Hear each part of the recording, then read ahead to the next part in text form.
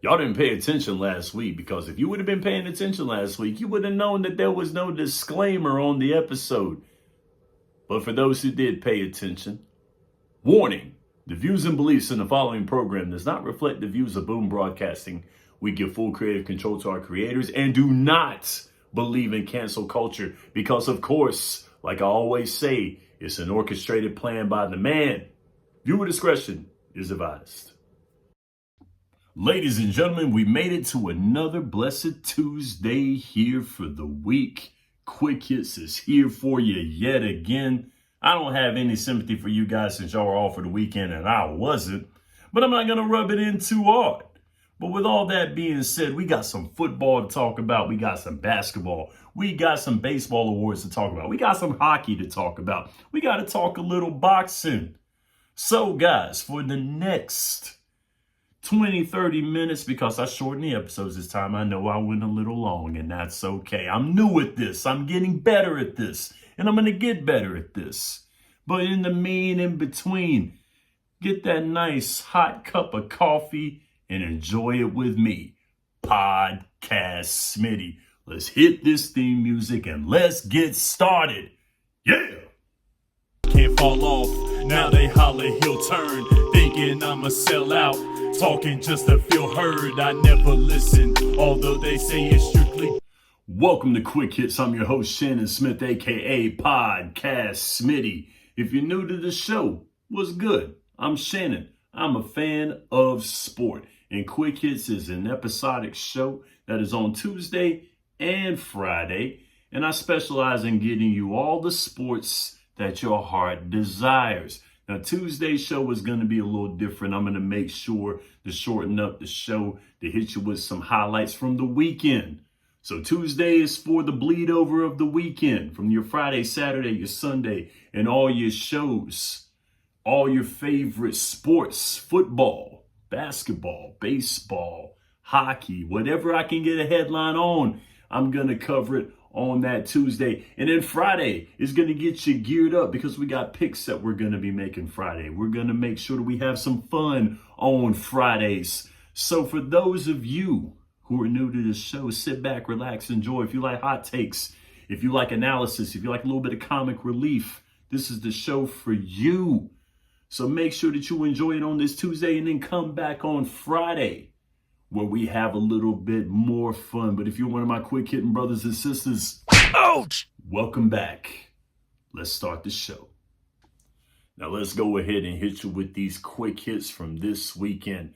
Now I'm going to brag a little bit, but Quick Hits is the only podcast on Boom Broadcasting that talks about the NHL, and we will begin with the NHL as the Winnipeg Jets are the only Jets squad that's worth talking about. Not that other Jets squad that put their whole franchise on a 40-year-old quarterback on a bad leg. The Winnipeg Jets of the NHL is who I'm talking about. They began with a lightning-fast win streak. 15 straight games without a loss. Had everybody thinking that they were going to be hoisting Lord Stanley's Cup. They were the early pick after this win streak. Not in the beginning of the season, but when they began being a streaky hockey team, there were a lot of people thinking that they were going to be the early squad to be in contention for Lord Stanley's Cup.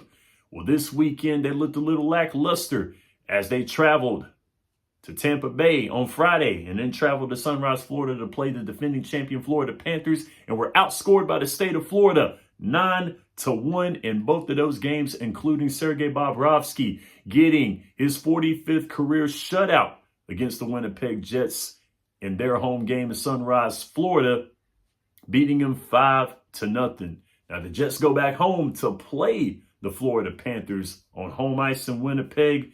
And after that, 7 home games await the Jets as they go forward as your number one team in the Central Division in the NHL. Now, don't worry, Winnipeg. It's okay. You guys will be going to the playoffs as opposed to that Jets squad, that other Jets squad, that will more than likely get the top 10 pick in their respective draft. So don't worry about it, Winnipeg. Still more hockey to play. You can still play. Very good squad. Still a very good front line. Very good power play. The penalty kill is still top 10 in the NHL. Connor Hellebuyck is still one of the best goalies in the NHL right now. There's plenty more hockey where that come from. You got to keep it going because these teams are going after you now. You're no longer a sleeper. They're coming right after you. And who can't talk about hockey without talking about Alexander Ovechkin? Alexander Ovechkin has 866 goals and counting. He got his first hat trick against the Vegas Golden Knights on Sunday evening.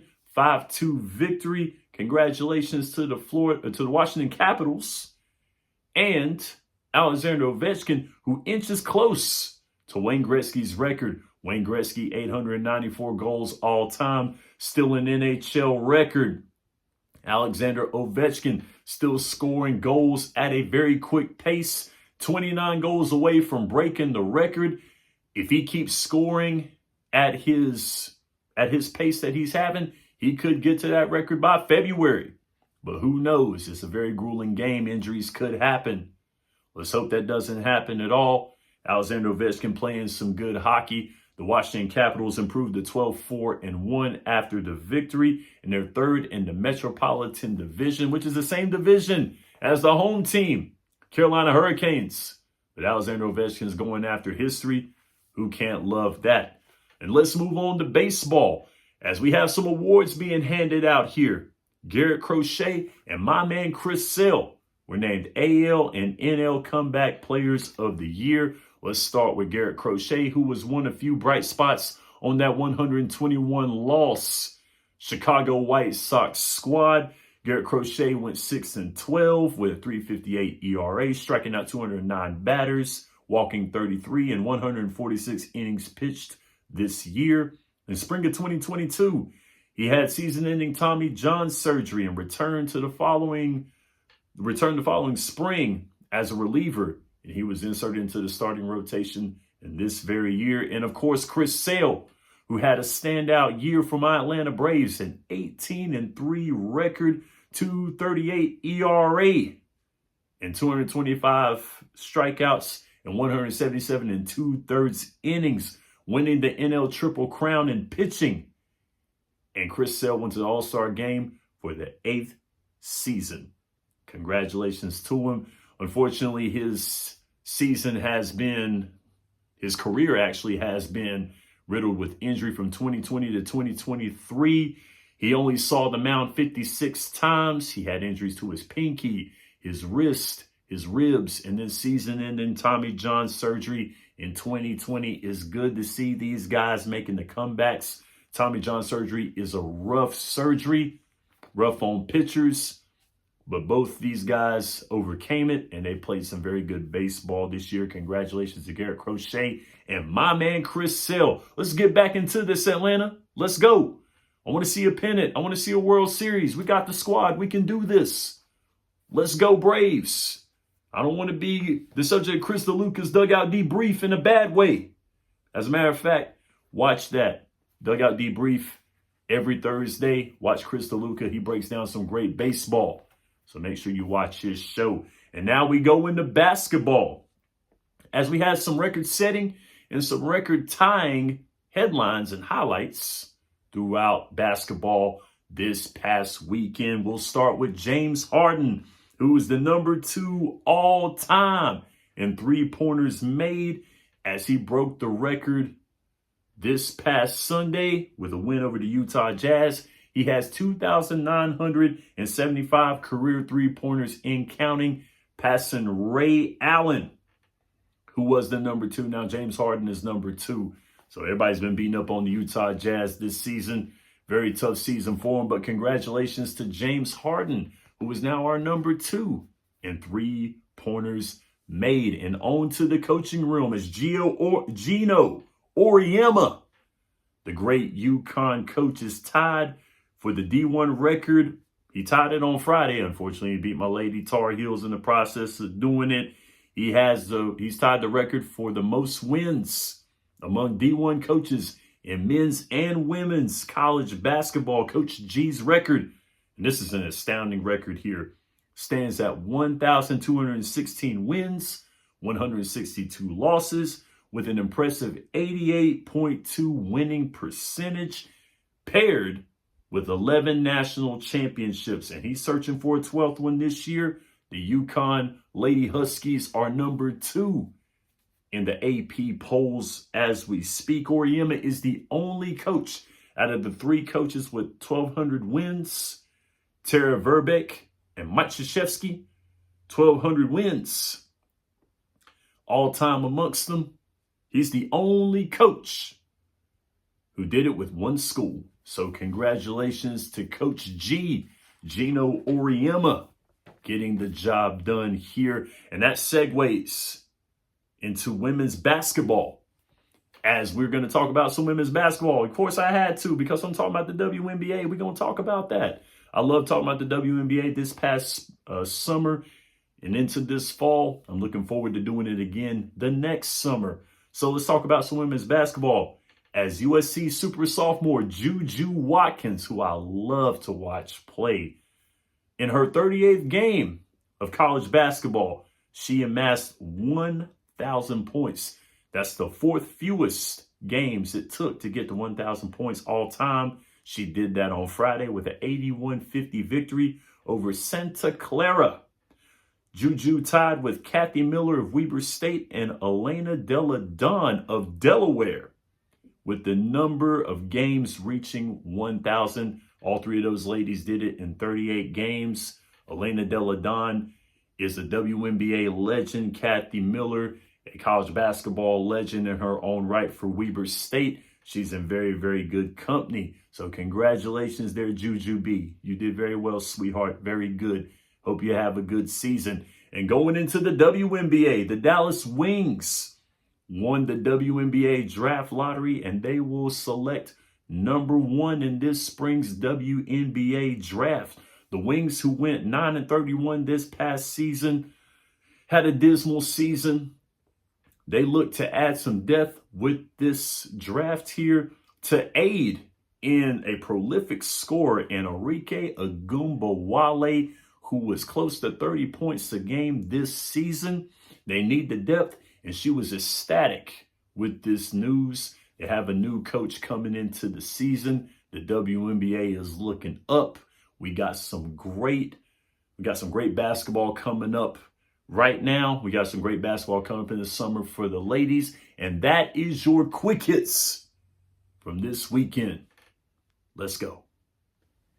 And this weekend, we had some incredible football highlights and some great football games. So we're going to go over that just to set the tone for Friday, because you know Fridays are for football. But we're going to hit you with this weekend's great highlights in all of football. Now, we're going to go to college here as we're going to break it all down here. College was insane this weekend. Our blowouts.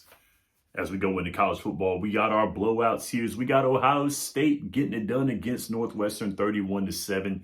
Easy game right there. We saw that coming in. Penn State beating Purdue 49-10. I was wrong. Purdue actually did score a touchdown against Penn State, but they still got blown out. Notre Dame taking care of business against Virginia 35-14. And Alabama beating the Mercer Bears 52-7. Boise State. Y'all, can we just go ahead and give Ashton Jeanty the Heisman Trophy? He broke the school record for rushing yards this season. And this is the 6th game where he's had 3 or more touchdowns in one game. Really, are we having this debate still? Ashton Jeanty should win the Heisman Trophy this year. They took care of business against San Jose State 42-21. Most outstanding player in all of college football. Give him the trophy. Why don't you? Come on now. Let's stop having this debate. And then Texas A&M getting it done against New Mexico State 38-3. And Colorado, this could have been a statement win, but with the way Colorado has been playing, this is another big win for them, 49-24. Shedeur Sanders had a shaky start, but he put up 3 touchdowns against Utah. Big win for them. And a big win, a big blowout win, is the Tulane Green Wave beat the Navy Midshipmen 35-0 as Mekhi Hughes 82 yards and 2 touchdowns. The running game is what Tulane wanted to do to neutralize Navy. The defense come out there, did their thing. That's the way Tulane has been playing football. They did a wonderful job against Navy, getting the win 35-0, trying to go for that American title, trying to go for the American Athletic Conference Championship, trying to play Army. I think they're going to get it done. So those are your blowout wins. You had some near brushes. Now, Oregon was pushed to the limit by the Wisconsin Badgers. They ended up winning 16-13. Texas over Arkansas 20-10. Though we were thinking that might have been a trap game.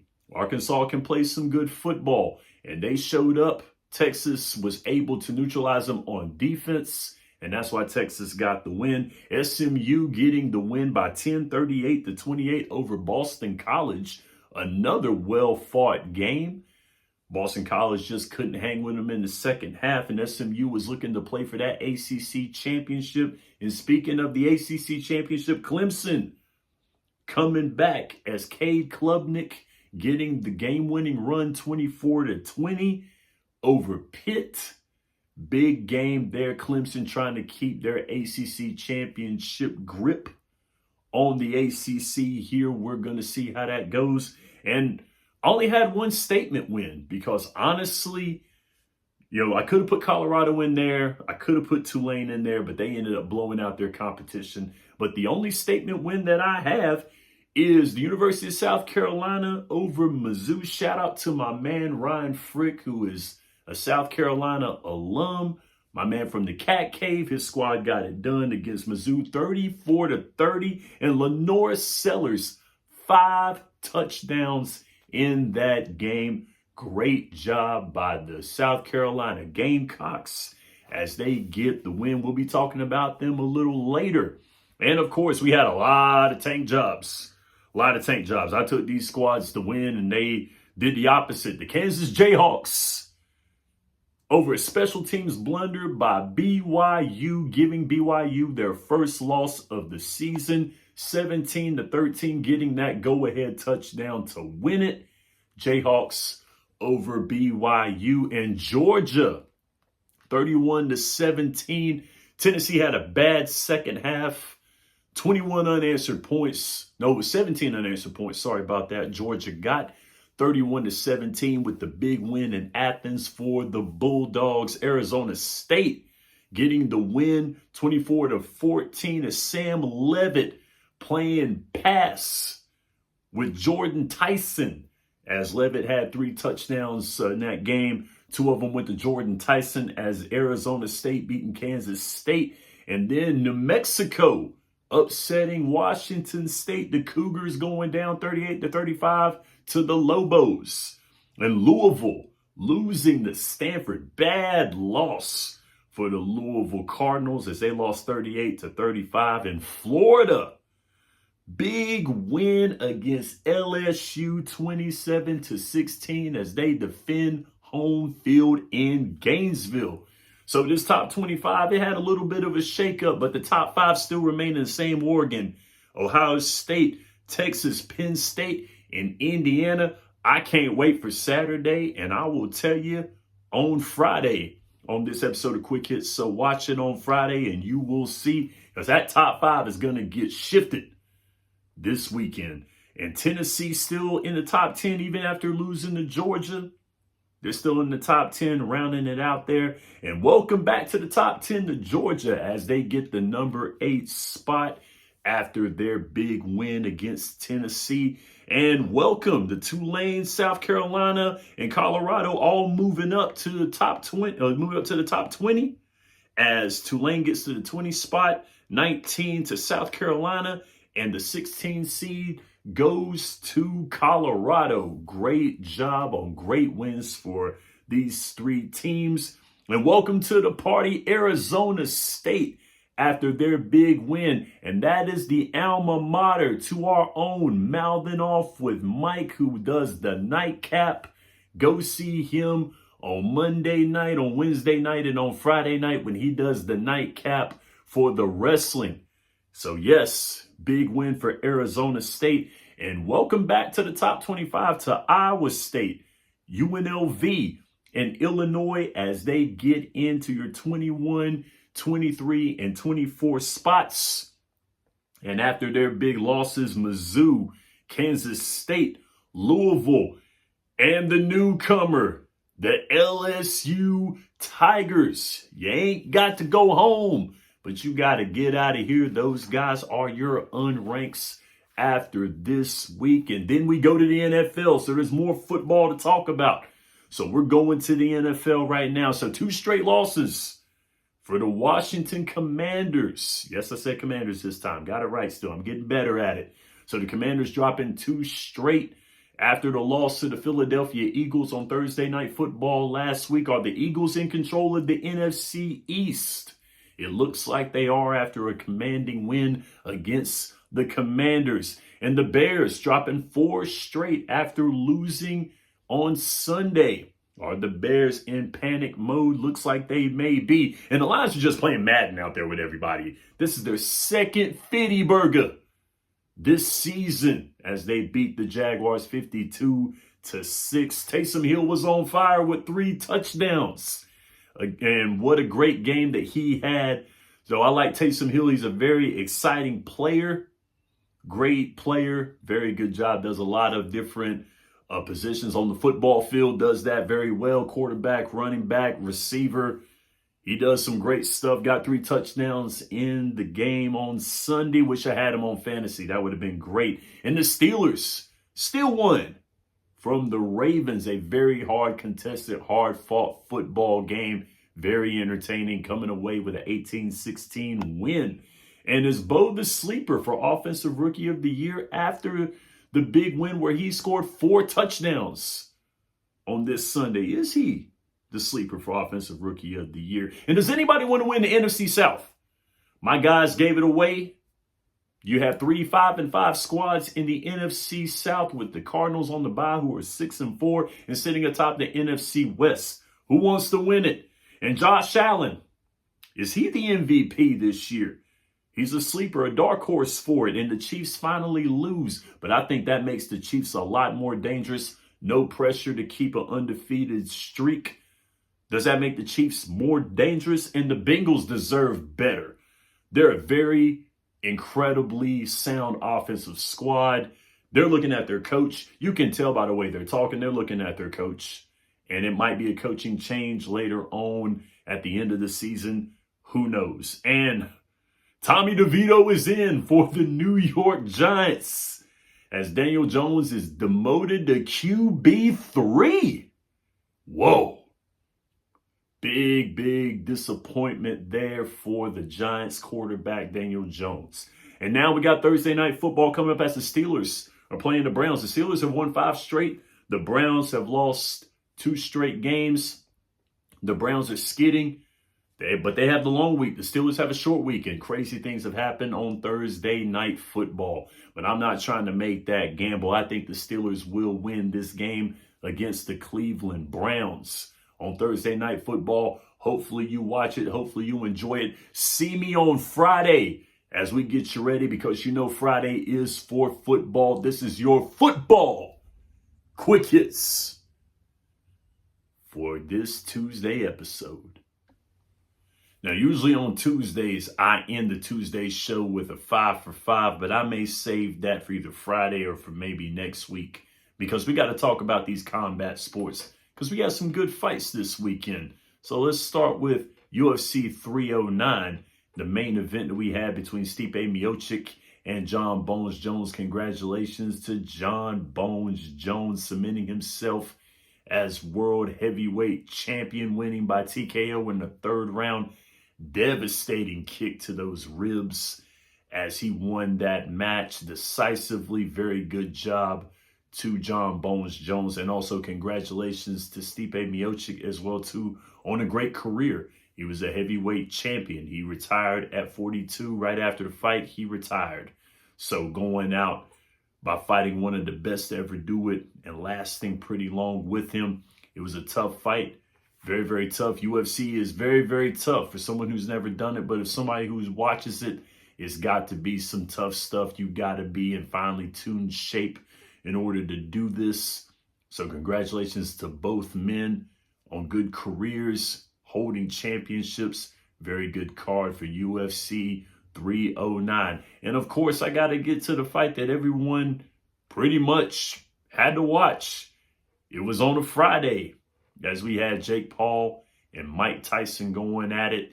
But first, before I talk about that, I want to say that Amanda Serrano got robbed in that match there. Katie Taylor did not win that fight. I'm sorry, I hate to say that. It shouldn't have been that way, but I think they need to go at it a third time. I think that Amanda Serrano fought honorably. Katie Taylor got away with a little bit of underhanded stuff, but there were times where Amanda Serrano outpunched her, and she should have won that fight. Although the fight was a robbery, that was a great boxing match between those two ladies. We need to run it back because I'm not convinced by that fight. The first fight was the better fight. Turned out to be a draw. They went at it again for the title.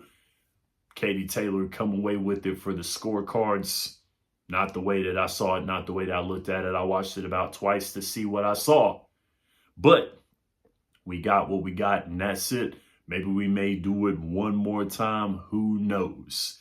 And let's get into the main fight, which was Jake Paul and Mike Tyson. First of all, hats off to 58-year-old Mike Tyson getting into the ring and lasting 8 rounds. Although he lasted 8 rounds, there were some parts in that match where I really felt for Mike Tyson.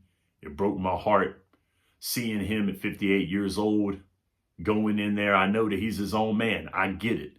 I know that he has his own legacy. I know that he may have wanted this.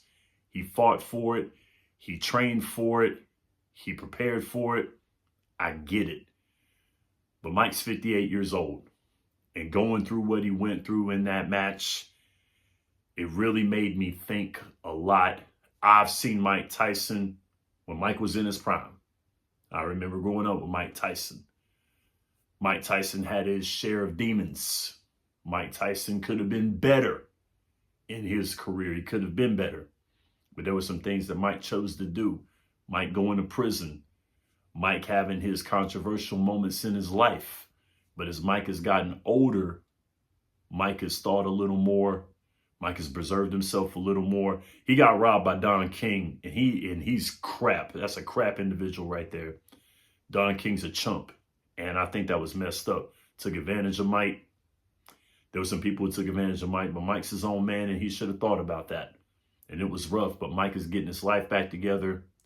Mike has done some things. He's still a legend in my eyes, but sometimes it's hard seeing legends waver in their older age. It's hard seeing that. But hats off to a 58-year-old Mike Tyson, but Lord have mercy. Just watching that, it was tough for me. As someone who's seen Mike Tyson in his career be at his best, and then as he's getting older, declining, but still, 58 and going 8 rounds, good for you, Mike. But sit it down after that. But also, although you may have your own opinions about Jake Paul, and yes, there are people out there that might have loved to see Jake Paul go down, but if you're a true boxing fan, you knew that wasn't going to happen. But I will say this, Jake Paul deserves his flowers because he could have decked Mike. He could have knocked Mike out. He could have hurt Mike. He didn't do it. Could have made a name for himself trying to knock out someone like Mike Tyson. Even though he is 58 years old, is still Mike Tyson. But the fact that he didn't pounce on Mike when there were times where he could have. If you watch boxing and seen boxing, you would know that there are times where boxers know when other boxers are weakened, when other boxers know that it's time to pounce, or they smell the blood and water. Jake Paul probably knew that there was blood in the water, and he didn't do it. So I got to give credit where credit is due to Jake Paul. Say what you want about him, what he does on YouTube, all his stuff. He's young and foolish. He does what he wants. He makes a good bit of money. He may make it a different way than others, but still, he showed a lot of class in this fight. So you know what, Jake Paul? That's all right.